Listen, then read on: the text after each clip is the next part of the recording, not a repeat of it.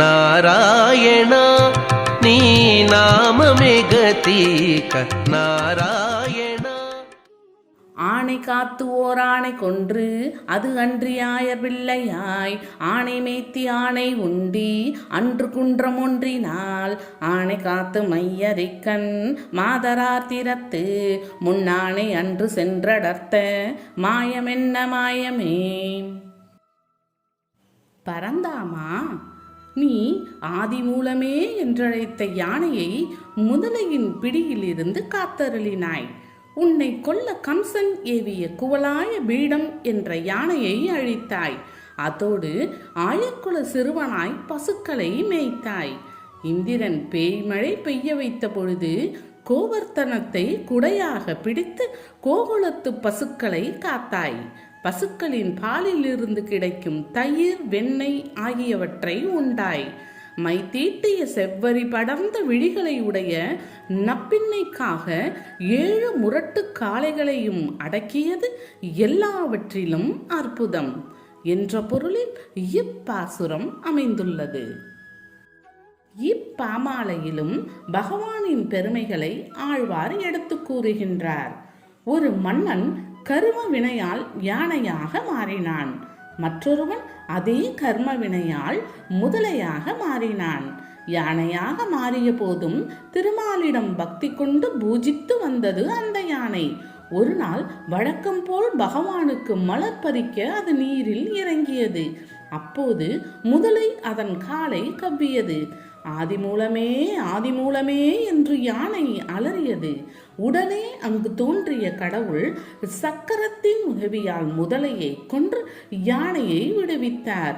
முதலையும் யானையும் சாப விமோச்சனம் பெற்றன. எவ்வளவு தீவினை கருமங்கள் நாம் செய்திருந்த போதும் திருமாலின் திவ்ய நாமங்களை உச்சரிக்க பழகிக்கொள்ள வேண்டும். அந்த புண்ணிய கர்மாவே பாவ கர்மாவை அழித்து உங்களை புண்ணியவனாக்கி விடும்.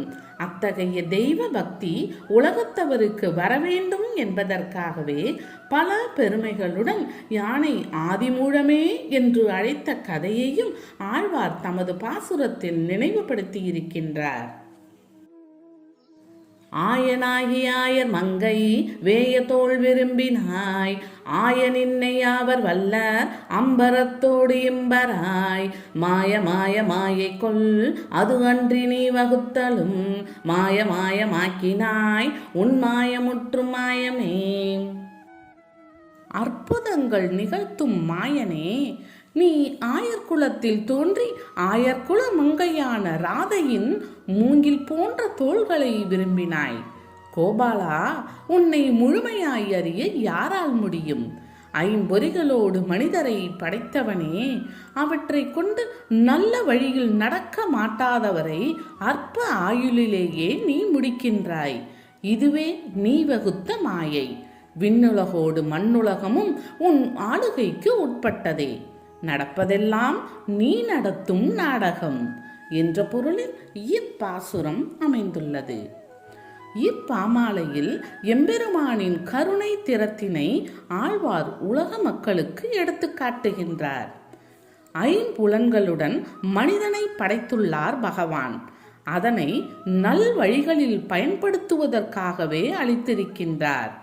ஆனால் தவறான வழிகளில் ஐம்புலன்களை செலுத்தி மனிதர்கள் அற்ப ஆயுளிலேயே மடிந்து போகின்றார்கள். பகவானின் நாமத்தை படிப்பது கேட்பது நமக்கு வலிமையை தரக்கூடியது. ஆகவே மிகவும் ஸ்ரத்தையுடன் பகவானின் திருநாமங்களை ஓதி ஐம்புலன்களை நாம் அடக்கி ஆள வேண்டும் என்பது ஆழ்வாரின் அவாவாகும்.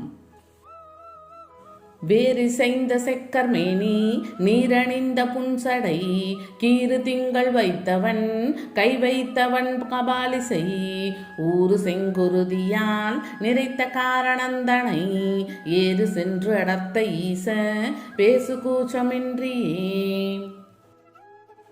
அழிக்கும் தொழிலை செய்யும் சிவந்த சரீரத்தை உடைய திருநீறு அணிந்த ஜடாமுடியில் பிறை நிலவை தரித்த சிவபெருமான் கையில் உள்ள பிரம்ம கபாலத்தில் உன் திருமேனியிலே ஊறிய சிவந்த இரத்தத்தால் நிறைத்த காரணத்தை கூச்சப்படாமல் 7 எருதுகளை கொன்ற சுவாமியே நீயே அருள வேண்டும் என்ற பொருளில் இப்பாசுரம் அமைந்துள்ளது.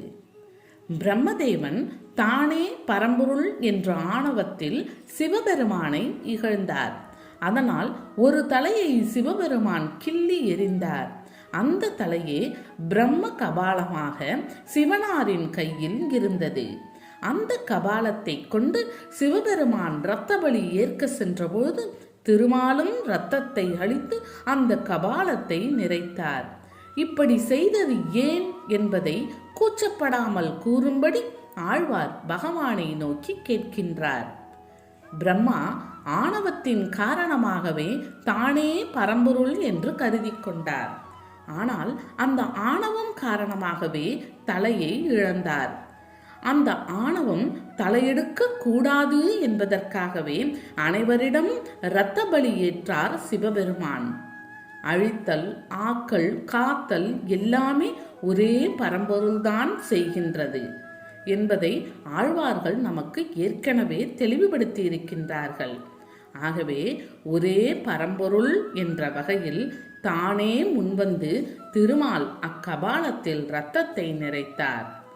ஆணவம் என்பது யாரை பற்றினாலும் அது அழிவுக்கு வழிவகுக்கும் என்பதை உணர்த்த ஸ்ரீமன் நாராயணனே இரத்தத்தை பலியாக கொடுத்தார் என்பதை உலகம் அறியட்டும் என்பதற்காகவே ஆழ்வார் இந்த வினாவை எழுப்பினார் என்பதை நாம் அறிந்து கொள்ள வேண்டும்.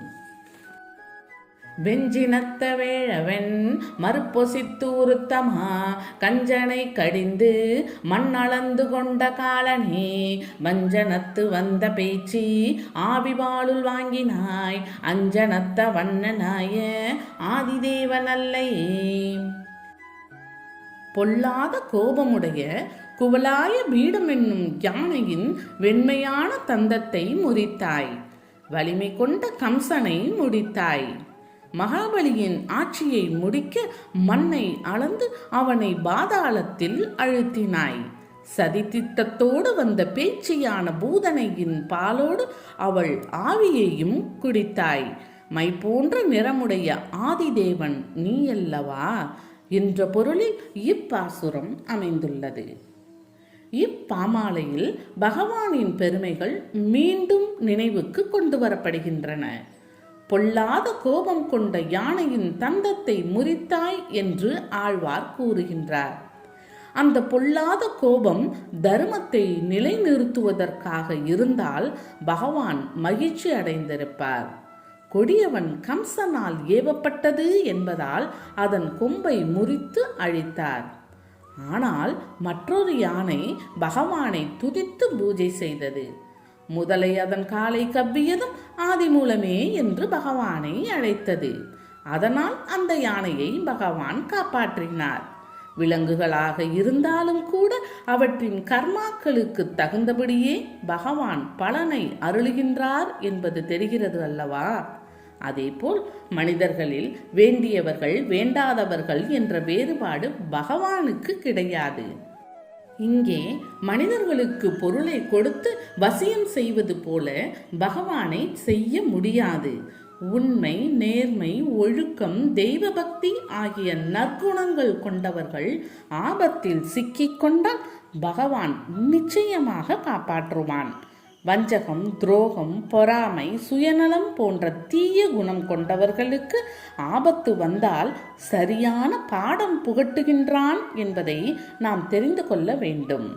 இந்த நீதியை நாம் அனைவரும் புரிந்து கொண்டு நேர்வழி பாதையில் வாழ்க்கை பயணத்தை மேற்கொள்ளவே ஆழ்வார் இப்பாசுரத்தை நமக்காக அருளியிருக்கின்றார்.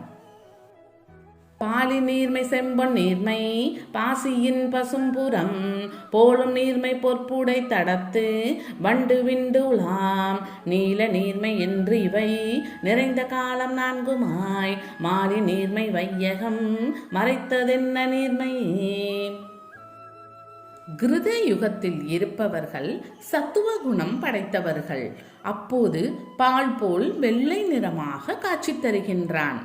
திரேதா யுகத்தில் சிவந்த பொன்னின் நிறமாகவும், துவாபர யுகத்தில் பாசியின் பச்சை நிறமாகவும், கலியுகத்தில் அழகிய பொய்கையில் உள்ள மலர்களில் தேனை உண்டு அதனால் ஏற்பட்ட மகிழ்ச்சியில் சிறகு விரித்து உலாவுகின்ற வண்டுகளின் நீல நிறமாகவும் இருக்கின்றான். இப்படிப்பட்ட மகாவிஷ்ணுவின் எளிமை குணத்தை இந்த வையகத்தார் புரிந்து கொள்ளாதது என்ன கொடுமை என்ற பொருளில் இப்பாசுரம் அமைந்துள்ளது. இவ்வுலகம் 4 யுகங்களை கொண்டது.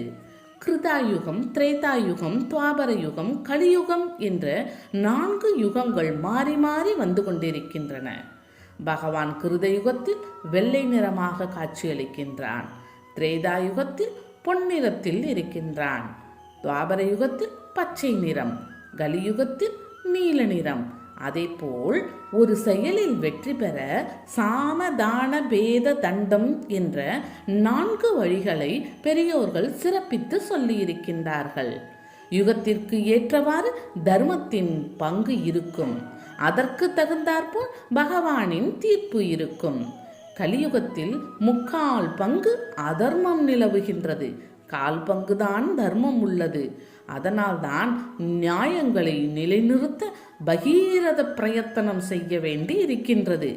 குருஷேத்திர யுத்தம் நடந்தபோதே கலியுகம் தொடங்கிவிட்டதாக சொல்லப்படுகின்றது. அதனால்தான் பகவான் கிருஷ்ணர் பல சாதுரியமான யுக்திகளை கையாண்டு மிகப்பெரிய வீரர்களை சாய்த்தார். வெல்ல முடியாத வீரர்கள் அதர்மனான துரியோதனனுக்கு ஆதரவாக இருந்தார்கள். வேறு வழியின்றி கிருஷ்ணன் இது போன்ற யுக்திகளை கையாள வேண்டியதாயிற்று. இதனையெல்லாம் புரிந்து கொள்ளாமல் மனிதர்கள் வாழ்வது கொடுமை என்று ஆதங்கம் கொள்கின்றார் ஆழ்வார்.